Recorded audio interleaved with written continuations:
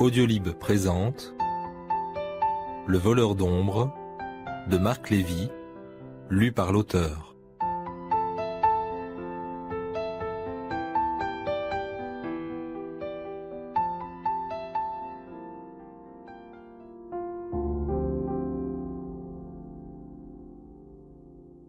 J'ai fait un rêve vraiment étrange cette nuit-là. Je partais à la chasse avec mon père, et même si je n'aime pas la chasse, j'étais heureux de le retrouver. Je le suivais, mais il ne se retournait jamais, et je ne pouvais pas voir son visage. L'idée de tuer des animaux ne me procurait aucun plaisir. Il m'envoyait en éclaireur, à travers des champs immenses où s'élevaient de hautes herbes roussies par le soleil que le vent faisait onduler doucement. Je devais progresser en tapant dans mes mains pour que les tourterelles s'envolent, alors il leur tirait dessus. Pour empêcher ce massacre, j'avançais le plus lentement possible. Quand je laissais filer un lapin entre mes jambes, mon père me traitait de bon à rien, juste capable de lever le mauvais gibier. C'est cette phrase qui m'a fait comprendre dans mon rêve que cet homme au loin n'était pas mon père, mais celui de Marquès. Je me trouvais à la place de mon ennemi, et ce n'était pas une sensation agréable du tout.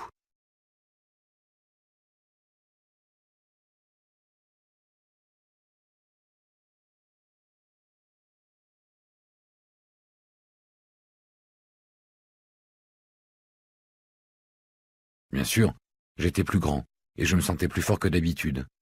Mais je ressentais une profonde tristesse, comme si un chagrin m'avait envahi. Après la chasse, nous sommes rentrés dans une maison qui n'était pas la mienne. Je me suis retrouvé assis à la table du dîner. Le père de Marquès lisait son journal, sa mère regardait la télévision. Personne ne s'adressait la parole. Chez nous, on parlait beaucoup à table.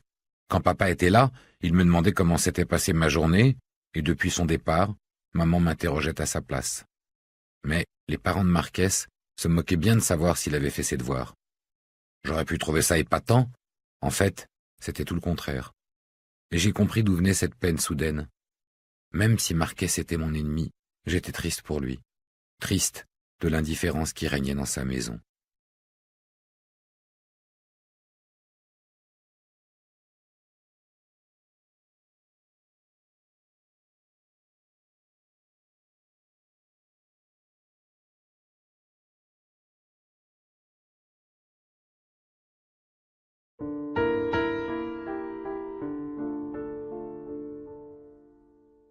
Quand le réveil a sonné, j'étais en nage.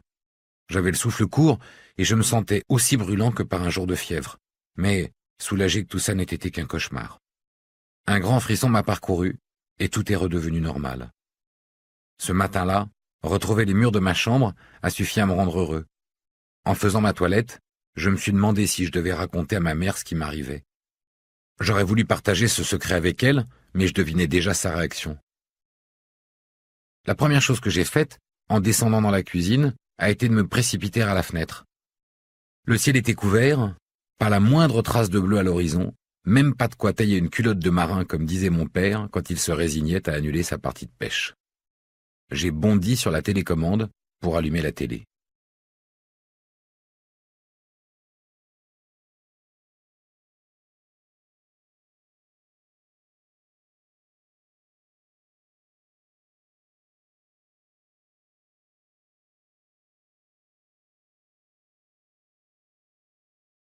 Maman ne comprenait pas pourquoi je m'intéressais autant à la météo.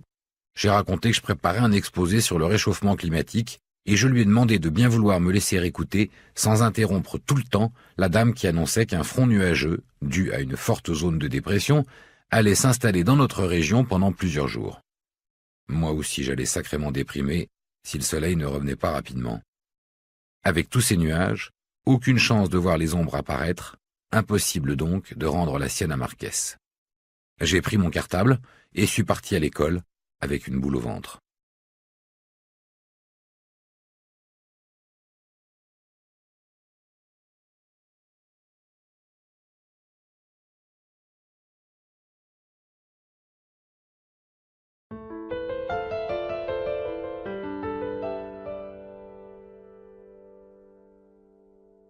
Luc passait toutes les récrés assis sur le banc.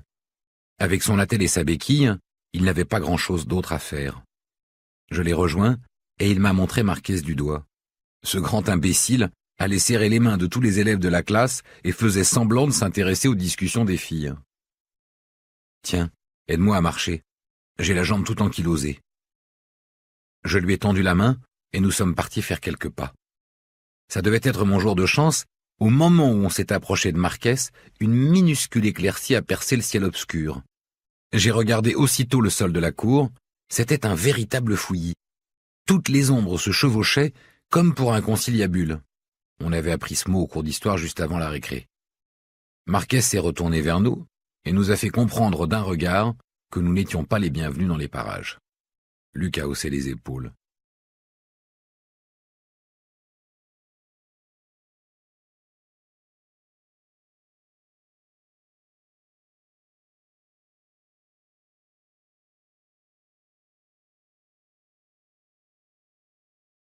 « Viens, faut que je te parle. Le jour du vote approche, m'a-t-il dit en s'appuyant sur sa béquille. Je te rappelle que les élections ont lieu vendredi. Il serait temps que tu fasses quelque chose qui te rende un peu populaire. » Les mots de Luc avaient sonné comme une phrase d'adulte. Le regarder boiter ainsi, le dos un peu voûté, me replongea aussitôt dans un drôle de songe. Je nous voyais à nouveau tous les deux, bien plus vieux que nous ne l'étions, encore plus vieux que la dernière fois dans la boulangerie. À croire que notre amitié avait duré toute une vie. Luc n'avait presque plus de cheveux, son front dégarni remontait jusqu'au milieu du crâne, il avait les traits tirés, la peau de son visage était flétrie, mais ses yeux bleus brillaient toujours autant, ce que je trouvais rassurant.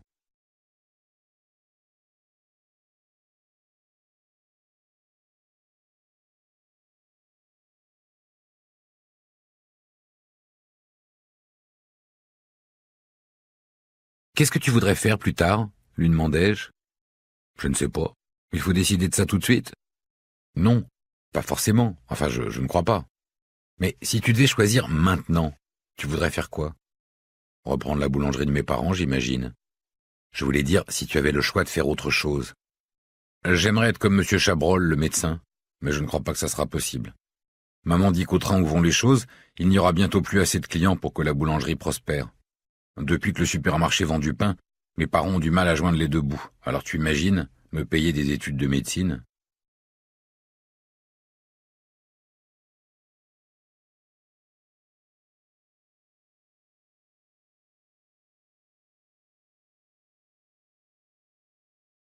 Je savais que Luc ne serait pas médecin. Je le savais de toutes mes forces depuis que nous avions partagé un pain au chocolat et un éclair au café, depuis que je l'avais vu assis derrière la caisse. Luc resterait dans notre petite ville. Sa famille n'aurait jamais les moyens de lui offrir de quoi faire de longues études. D'un côté, c'était une bonne nouvelle parce que ça signifiait que la boulangerie résisterait à la guerre du supermarché, mais il ne serait jamais docteur. Je ne voulais pas le lui annoncer. Je devinais que ça lui ferait de la peine, peut-être même que ça le découragerait. Il était pourtant le meilleur en sciences naturelles. Alors je me suis tu et j'ai gardé ce secret pour moi. Il faut que je fasse attention où je mets les pieds, que je surveille chacun de mes pas. Même par jour de mauvais temps, on n'est pas à l'abri d'une petite éclaircie. Savoir à l'avance ce qui va arriver aux gens qu'on aime bien, ça ne rend pas nécessairement heureux.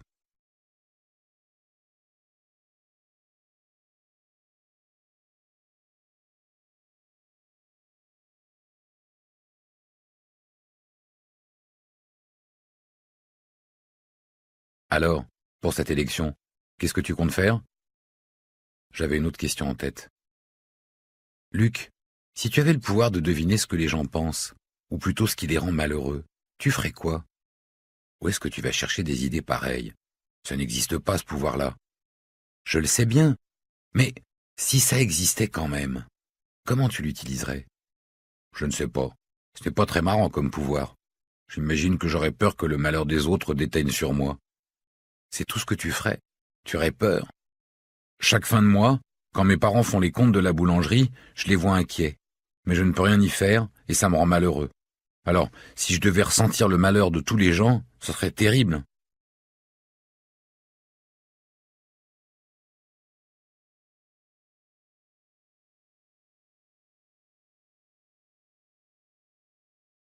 Et si tu pouvais changer le cours des choses ?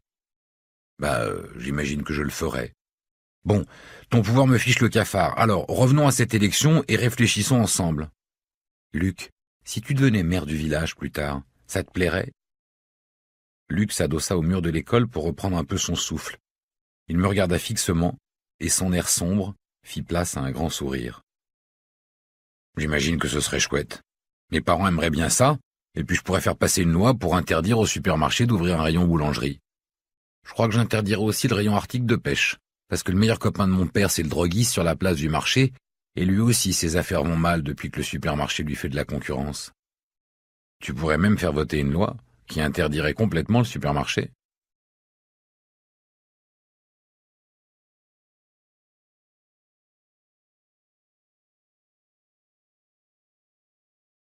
« Je crois que quand je serai maire de la ville, me dit Luc en me tapant sur l'épaule, je te prendrai comme ministre du Commerce. » Plus tard, en rentrant à la maison, il faudrait que je demande à ma mère si les maires ont des ministres. J'aimerais bien être le ministre de Luc, mais j'ai quand même un petit doute. Dans le couloir qui menait à la salle de classe, j'ai espéré que les choses se seraient remises en ordre pendant l'éclaircie à la récré et que l'ombre de Marquès aurait retrouvé son propriétaire. J'ai prié pour qu'à la prochaine éclaircie, je retrouve la mienne au bout de mes chaussures et en même temps, aussi étrange que cela paraisse, je me suis senti un peu lâche d'avoir pensé ça.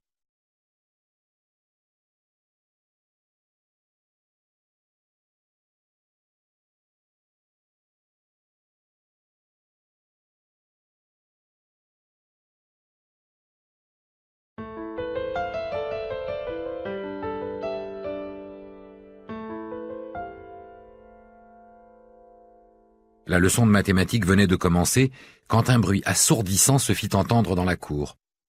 Les carreaux volèrent en éclats, le professeur nous hurla de nous jeter à terre, il n'eut pas besoin de nous le répéter 2 fois. S'ensuivit comme un silence de mort. Monsieur Gerbier se releva le premier et nous demanda si l'un de nous était blessé. Il avait l'air terrorisé. À part quelques éclats de verre dans les cheveux et 2 filles qui pleuraient sans qu'on sache pourquoi, tout allait plutôt bien. Sauf les fenêtres, qui faisaient vraiment la gueule, et les pupitres tout en désordre. Le professeur nous fit sortir au plus vite et nous ordonna de nous mettre en file indienne. Il quitta la classe en dernier et courut dans le couloir pour se mettre devant nous. Je ne sais pas s'ils avaient répété l'exercice entre profs, mais toutes les autres classes avaient fait comme nous, et il y avait un monde fou. La cloche de la récré sonnait à tout va. Dans la cour, le spectacle était hallucinant.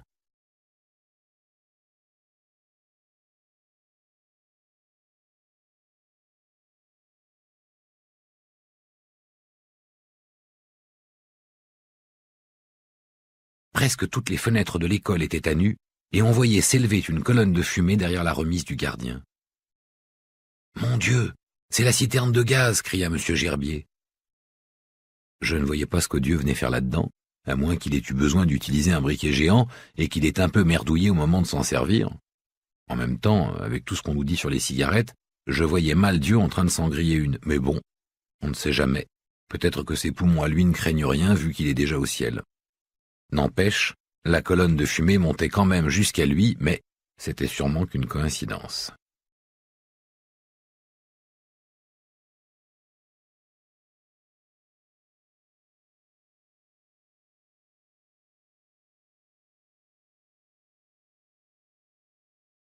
Madame la directrice était dans tous ses états.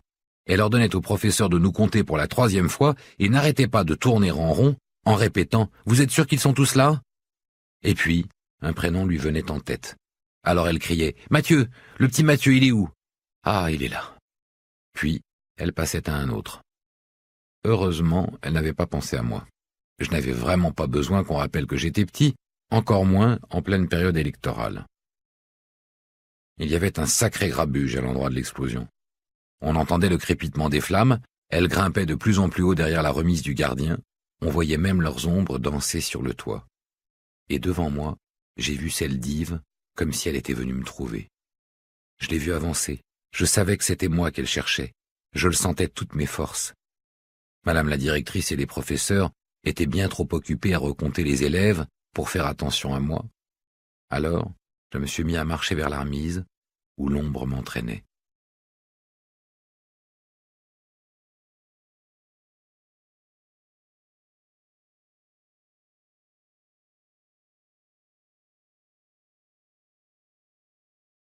On entendait dans le lointain hurler des sirènes, mais elles étaient encore bien loin. L'ombre d'Yves me guidait toujours, je me dirigeais vers la colonne de fumée, la chaleur grandissait, j'avais de plus en plus de mal à progresser, il fallait que j'y aille. Je crois que j'avais compris pourquoi l'ombre était venue à moi. J'étais presque arrivé à la remise du gardien quand les flammes se sont mises à lécher le toit. J'avais peur, mais j'avançais quand même. Soudain, j'ai entendu Madame Schaeffer hurler mon prénom. Elle courait derrière moi. Elle ne court pas très vite, Madame Schaeffer. Elle me criait de revenir immédiatement, j'aurais bien voulu lui obéir, mais je ne pouvais pas, et j'ai continué vers où l'ombre me disait d'aller.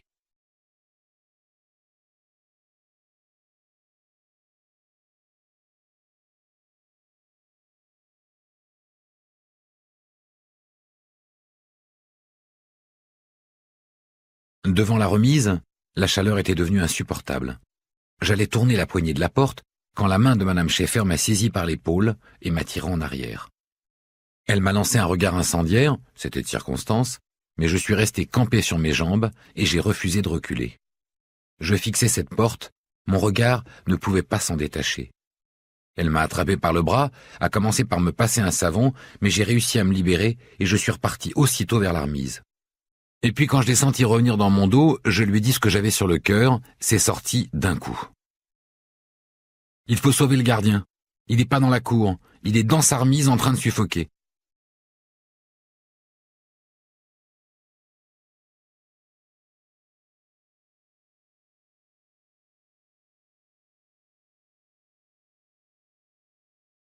C'est Madame Schaeffer qui a failli suffoquer quand elle m'a entendu lui dire ça. Elle m'a ordonné de reculer, et là, ce qu'elle a fait, on a bouché un coin. Elle est plutôt du genre menu, Madame Schaeffer. Rien à voir avec la mère de Luc. Et pourtant, elle a donné un de ses coups de pied dans la porte. La serrure n'a pas résisté au charme de son tibia. Madame Schaeffer est entrée toute seule dans la remise, et elle en est ressortie 2 minutes plus tard, en traînant Yves par les épaules. Je l'ai quand même un peu aidé, jusqu'à ce que le prof de gym vienne prendre la relève et que Madame la directrice m'attrape par le fond de la culotte pour me ramener sous le préau. Les pompiers sont arrivés, ils ont éteint l'incendie, puis ils ont emmené Yves à l'hôpital, après nous avoir rassurés sur son sort.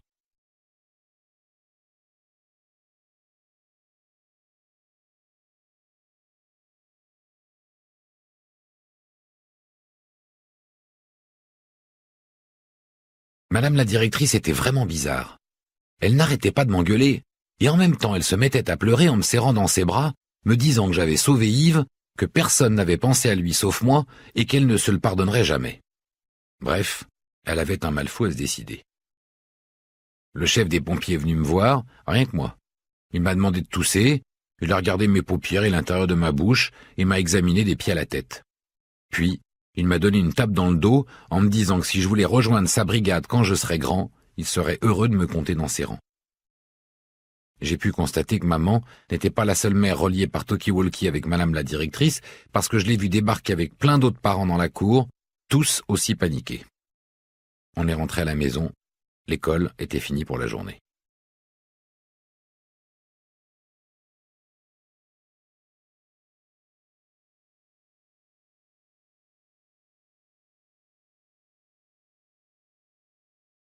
Le vendredi suivant, j'ai gagné l'élection du délégué de classe à l'unanimité, moins une voix. Ce comte Marquès avait voté pour lui.